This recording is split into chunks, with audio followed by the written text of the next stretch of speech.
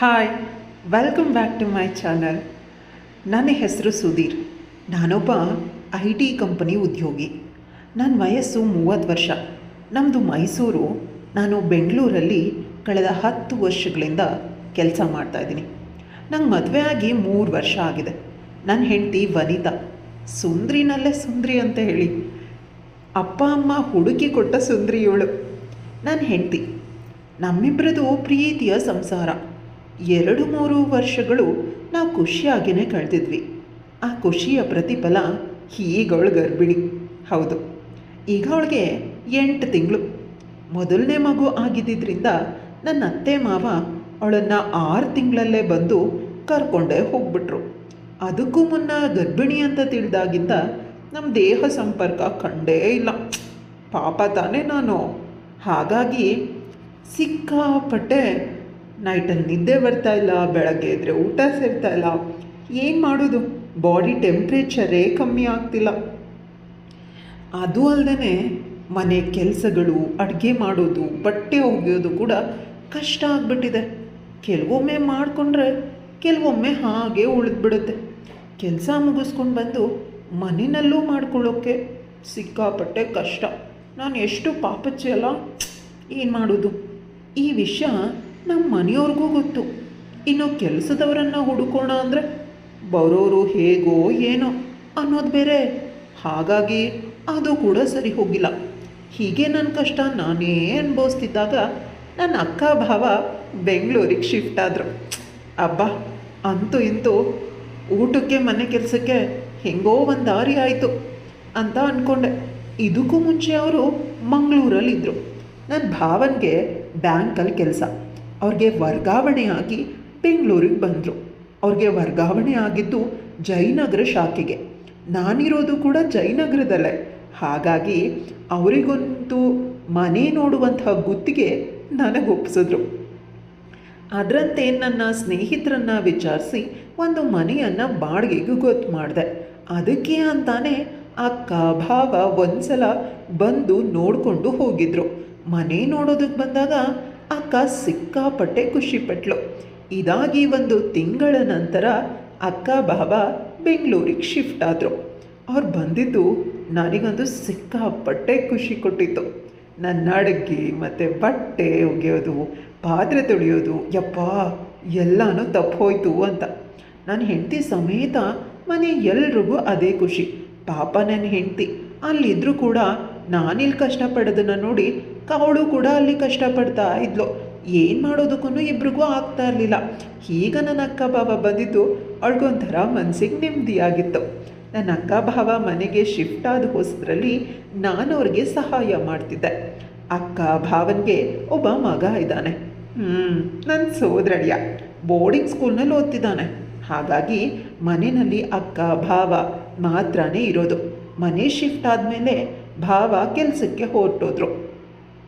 ಮನೆಯಲ್ಲಿ ಅಕ್ಕನಿಗೆ ಎಲ್ಲ ಐಟಮ್ಸ್ನೂ ಜೋಡಿಸೋಕೆ ನಾನೇ ತಗಲಾಕೊಂಡಿದ್ದು. ಯಾಕಂದರೆ ನನ್ನ ಕೆಲಸ ಮಧ್ಯಾಹ್ನ 2ರಿಂದ ರಾತ್ರಿ 10ರವರೆಗೆ. ಹಾಗಾಗಿ ನನ್ನ ಅಕ್ಕ ನನ್ನನ್ನು ಬಿಡದೇನೆ ಹೇಳ್ಕೊಂಡೋಗಿದ್ಲು. ವಿಧಿ ಇಲ್ಲದೆ ಸಹಾಯ ಮಾಡಬೇಕಾಯ್ತು. ಹೀಗೆ ಮೊದಲ 2 ವಾರಗಳು ನಾನವ್ರ ಮನೆಯಲ್ಲಿನೇ ಉಳ್ಕೊಂಡ್ಬಿಟ್ಟೆ.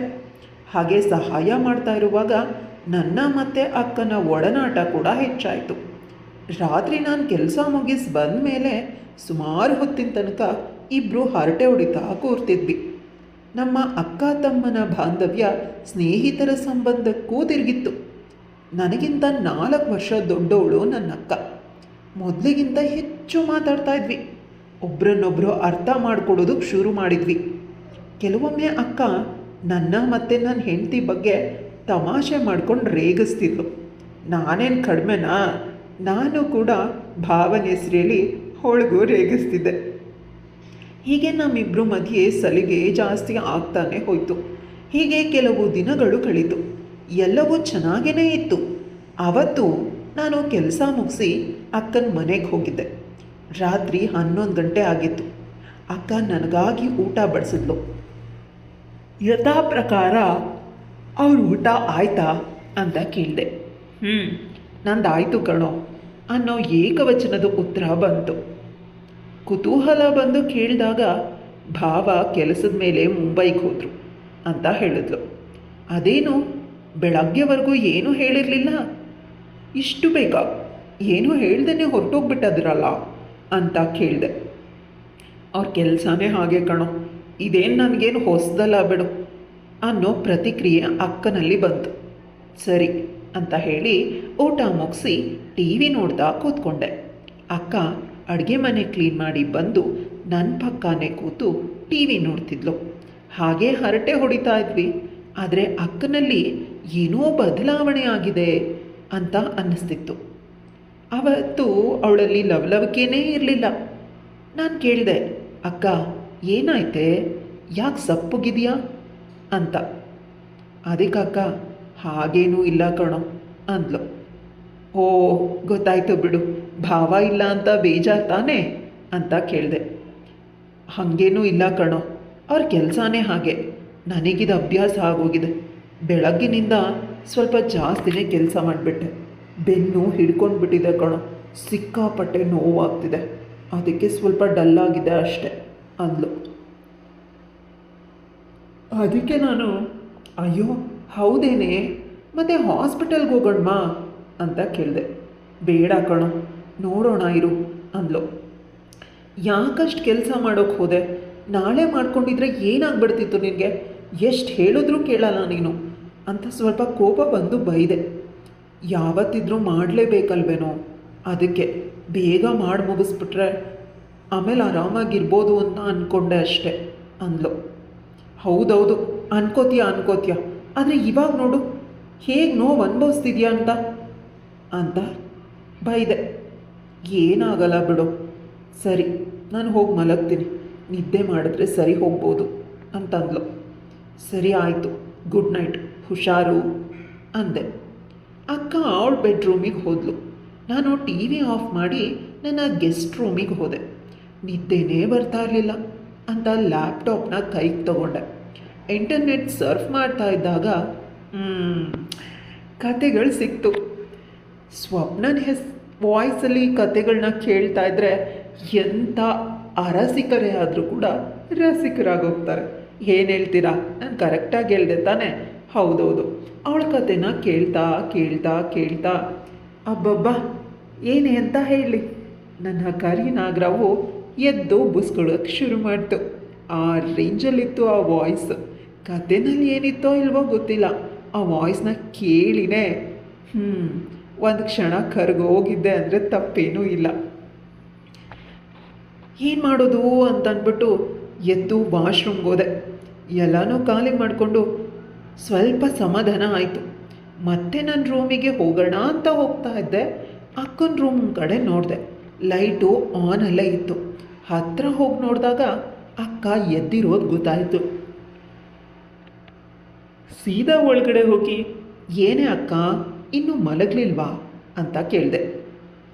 ಅಕ್ಕ ನೋವಿನಿಂದ ಇಲ್ಲ ಕಣೋ, ಬೆನ್ನು ಸಖತ್ ನೋವಾಗ್ತಾ ಇದೆ, ನಿದ್ದೆನೇ ಬರ್ತಾ ಇಲ್ಲ ಅಂದ್ಲು. ಏನಾದರೂ ಮೆಡಿಸಿನ್ ಹಚ್ಕೊಡ್ಬೇಕಾ ಅಂತ ಕೇಳಿದೆ. ಪರವಾಗಿಲ್ಲ ಬಿಡೋ ಅಂದ್ಲು. ಅಲ್ಲ ಕಣೆ ಅಕ್ಕ, ಎಲ್ಲದಕ್ಕೂ ಬೇಡ ಬಿಡು ಅಂದರೆ ಹೇಗೆ? ಎಲ್ಲಿ ಮೆಡಿಸಿನ್ ಕೊಡು, ನಾನು ಹಚ್ಕೊಡ್ತೀನಿ ಅಂದೆ. ಇಲ್ಲೇ ಇದೆ ಕಣೋ, ಆದರೆ ನನ್ನ ಕೈಯಲ್ಲಿ ಹಚ್ಕೊಳ್ಳೋಕ್ಕೆ ಆಗ್ತಾ ಇಲ್ಲ ಅಂದ್ಲು. ಅದಕ್ಕೇನಂತೆ, ನಾನೇನು ಸತ್ತೋಗಿದ್ದೀನ, ನಾನು ಹಚ್ಕೊಡ್ತೀನಿ ಕೊಡು ಅಂದ್ಲು. ಏನೋ ಹೀಗೆಲ್ಲ ಮಾತಾಡ್ತೀಯಾ, ಏನೋ ಹಚ್ಕೊಳಕ್ಕಾಗಲ್ಲ ಅಂತ ಹೇಳಿದೆ ಅಷ್ಟೆ ಅಂತಂದ್ಲು. ಸರಿ ಈಗ ಮಲ್ಗು, ನಾನು ಹಚ್ಕೊಡ್ತೀನಿ ಅಂತಂದೆ. ಸರಿ ಅಂತಂದ್ಬಿಟ್ಟು ಅವಳ ಪಾಡಿಗಳು ಮಲ್ಕೊಂಡ್ಳು. ನನ್ನ ಕೈಗೆ ಮೂಗು ಕೊಟ್ಲು. ಅಕ್ಕ ನೈಟಿ ಹಾಕ್ಕೊಂಡಿದ್ಲು. ಓಹೋ, ಅಕ್ಕ ನೈಟಿ ಮೇಲೆ ಹೇಗೆ ಹಚ್ಚೋದು ಹೇಳು ಅಂದೆ. ನನ್ನ ನೋಡಿ ನಗ್ತಾ 2 ನಿಮಿಷ ಆಚೆ ಇರು, ಕರಿತೀನಿ ಅಂದ್ಲು. ನಾನು ಸರಿ ಅಂತ ಆಚೆ ಬಂದೆ. ಸ್ವಲ್ಪ ಹೊತ್ತಲ್ಲಿ ಅಕ್ಕ ಒಳಗಿಂದ ಕರೆದ್ಲು. ನಾನು ಒಳಗಡೆ ಹೋದೆ. ಅಕ್ಕ ಬೆನ್ನು ಮೇಲ್ ಮಾಡಿ ಮಲ್ಕೊಂಡಿದ್ಲು. ನೈಟಿ ಎಲ್ಲ ಬಿಚ್ಚಿಬಿಟ್ಟಿದ್ದಾಳೆ. ಅಬ್ಬಬ್ಬ, ನನಗಂತೂ ಕಣ್ಣಿಂದ ನೋಡೋಕ್ಕೆ ಆಗ್ತಿಲ್ಲ, ಅಷ್ಟು ನಾಚಿಕೆ ಆಗ್ತಾ ಇದೆ. ಅಕ್ಕನ ಫಸ್ಟ್ ಟೈಮ್ ಈ ಥರ ನೋಡಿದ್ದು.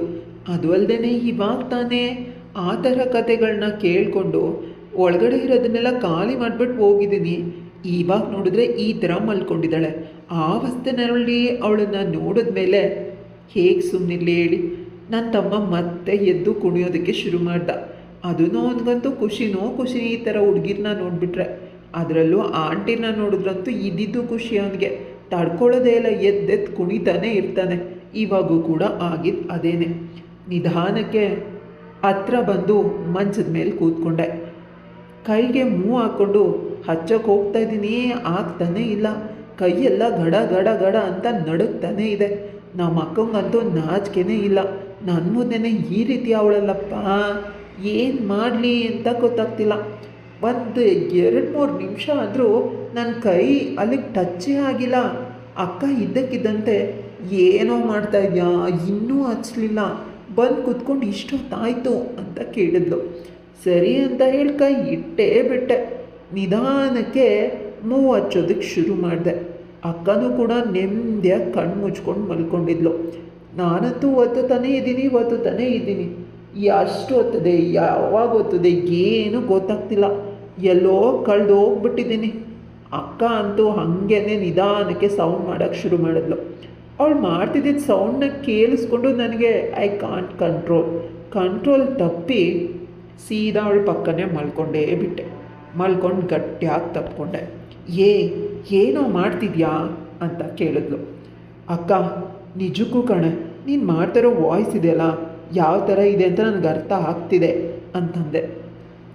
ಹಾಗೇನೂ ಇಲ್ಲ ಕಣೋ, ಪ್ರತಿ ರಾತ್ರಿ ನಿಮ್ಮ ಬಾಬಾ ಇಷ್ಟೊತ್ತಿಗೆ ಸ್ವರ್ಗದ ಬಾಗಿಲು ತಟ್ಟಿಸ್ತಿದ್ರು, ಇವತ್ತಿಲ್ವಲ್ಲ, ಅದಕ್ಕೆ ಸ್ವಲ್ಪ ನರ್ವಸ್ ಆಗಿದ್ದೀನಿ ಅಷ್ಟೆ, ಏನಾಗಲ್ಲ ಬಿಡು ಅಂತಂದ್ಲು. ಆ ಸ್ವರ್ಗದ ಬಾಗಿಲು ಭಾವನೆ ತಟ್ಟಿಸ್ಬೇಕಾ, ಯಾಕೆ ನಾನು ತಟ್ಟಿದ್ರೆ ಆಗಲ್ವಾ ಅಂತ ಹೇಳಿ ಅವಳನ್ನ ಹಾಗೆ ಹಾಕ್ಕೊಂಡೆ. ಏನೋ ಮಾಡ್ತಾ ಇದೆಯಾ ನಿನ್ನ ತಮ್ಮ ಅಂತಂದ್ಲು. ಅಕ್ಕ, ಈ ಡವ್ವೆಲ್ಲ ಬೇಡ, ನಿನ್ನ ಬಟ್ಟೆ ತೆಗೆದು ಮಲ್ಕೊಂಡಾಗೆ ನನಗೆ ಗೊತ್ತಾಯಿತು ಈ ತಮ್ಮ ಅಕ್ಕ ಎಲ್ಲ ನಿನ್ನ ಸೆಂಟಿಮೆಂಟಲ್ ಡೈಲಾಗ್ ಎಲ್ಲ ಓಡಿಬೇಡ ಅಂತ ಹೇಳಿ ಅವತ್ತು ಇಡೀ ರಾತ್ರಿ ನನ್ನ ಆಸೆನ ತೀರಿಸ್ಕೊಂಡೆ. ಇಷ್ಟು ದಿನ ಬಟ್ಟೆ ಒಗೆಯೋಕ್ಕೆ, ಪಾತ್ರೆ ತೊಳೆಯೋಕ್ಕೆ ಇದಕ್ಕೆಲ್ಲ ಅಕ್ಕ ಇದ್ದಾಳೆ, ಆದರೆ ಹೆಂಡತಿ ಕೆಲಸ ಯಾರಪ್ಪ ಮಾಡ್ತಾರೆ ಅನ್ನೋ ಕೊರಗಿತ್ತು. ಅಕ್ಕ ಇವತ್ತು ಅದನ್ನು ಫುಲ್ಫಿಲ್ ಮಾಡಿಬಿಟ್ಲು. ಮಾರನೇ ದಿನದಂತ ನಾವಿಬ್ಬರು ಆರಾಮಾಗಿ ಗಂಡ ಹೆಂಡತಿ ಥರನೇ ಜೀವನ ಮಾಡೋದಕ್ಕೆ ಶುರು ಮಾಡಿದ್ವಿ. ಈಗ ನನ್ನ ಹೆಂಡತಿ ಬಾಣತನ ಮುಗಿಸ್ಕೊಂಡು ಮನೆಗೆ ಬಂದಿದ್ದಾಳೆ. ಆದರೆ ಅಕ್ಕ ಆವಾಗವಾಗ ಫೋನ್ ಮಾಡಿ ಕರೀತಾಳೆ. ಅವಳು ಕರೆದಾಗೆಲ್ಲ ನನ್ನ ಹೆಂಡತಿ ನಾನು ನಿನ್ನ ಜೊತೆನೇ ಬರ್ತೀನಿ ಅಂತ ಬಂದುಬಿಡ್ತಾಳೆ. ಅಕ್ಕ ಅದಕ್ಕೆ ಕೋಪ ಮಾಡ್ಕೋತಾಳೆ.